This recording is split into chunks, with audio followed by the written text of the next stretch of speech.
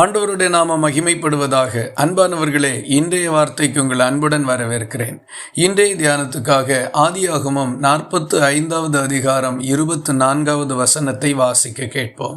மேலும் நீங்கள் போகும் வழியிலே சண்டை பண்ணிக்கொள்ளாதிருங்கள் என்று அவன் தன் சகோதரருக்கு சொல்லி அனுப்பினான். அவர்கள் புறப்பட்டு போனார்கள். யோசேப்பு எகிப்திலே ராஜாவுக்கு அடுத்த பதவியில் மிகவும் கௌரவத்தோடு வாழ்ந்து கொண்டிருந்தான்.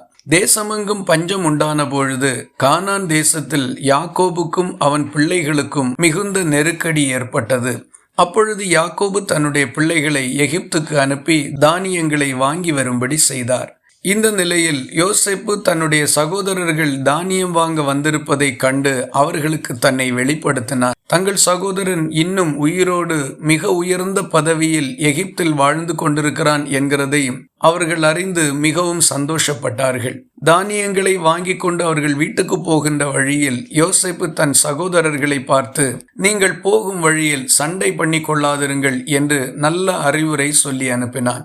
இந்த வசனத்திலிருந்து நாம் பெற்றுக்கொள்ளக்கூடிய ஆலோசனை என்னவென்றால், சகோதரர்களுக்குள் எப்பொழுதும் நல்ல அன்பும் ஐக்கியமும் இணக்கப்பாடும் உண்டாயிருக்க வேண்டும். ஒருபோதும் விரோதங்கள், பகைகள் என்பது இருக்கக்கூடாது. ஆபத்தில் உதவுகிறதற்குத்தான் சகோதரன் பிறந்திருக்கிறான்.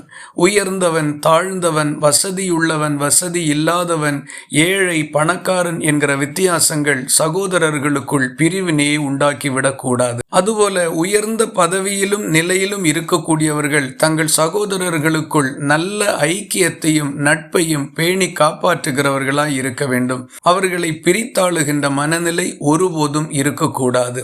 ஒரு வீட்டின் சகோதரர்கள் குடும்பத்தின் சகோதரர்களுக்குள்ளே எப்போதும் அன்போடும் ஐக்கியத்தோடும் நடந்து கொள்ளுகிறதைத்தான் வேதம் வலியுறுத்துகின்றது.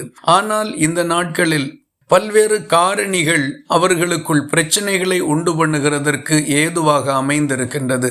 அவைகள் எதுவாக இருந்தாலும் அவைகளை விலக்கிவிட்டு அன்போடும் ஐக்கியத்தோடும் வாழ்வதற்கு நாம் முன்வர வேண்டும். இதைதான் கர்த்தரும் விரும்புகின்றார். ஆண்டவர் சொன்னார், சகோதர சிநேகம் நிலைத்திருக்க கடவது என்று.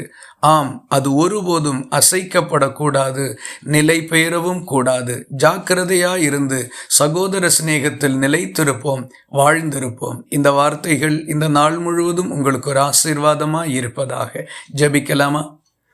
எங்களை நேசிக்கிற அன்பு நிறைந்த நல்ல ஆண்டவரே, நாங்கள் உம்மை நன்றியோடு துதிக்கிறோம்.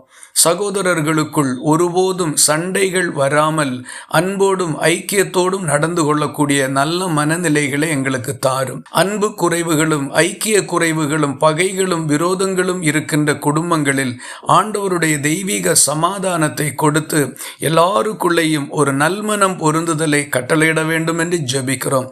சகோதர சிநேகம் நிலைத்திருக்க கடவது என்கிற வார்த்தை ஒவ்வொருடைய வாழ்க்கையிலையும் பலன் செய்யட்டும் என்று ஒப்பு கொடுக்கின்றோம். சமாதானத்தோடு வாழச் செய்தருளும். ஜெபத்தை கேட்டதற்காக ஸ்தோத்திரம். இயேசு கிறிஸ்து மூலம் வேண்டிக் கொள்ளுகிறோம் எங்கள் அன்புள்ள நல்ல பிதாவே, ஆமேன். கர்த்தர் தாமே உங்களை ஆசீர்வதிப்பாராக.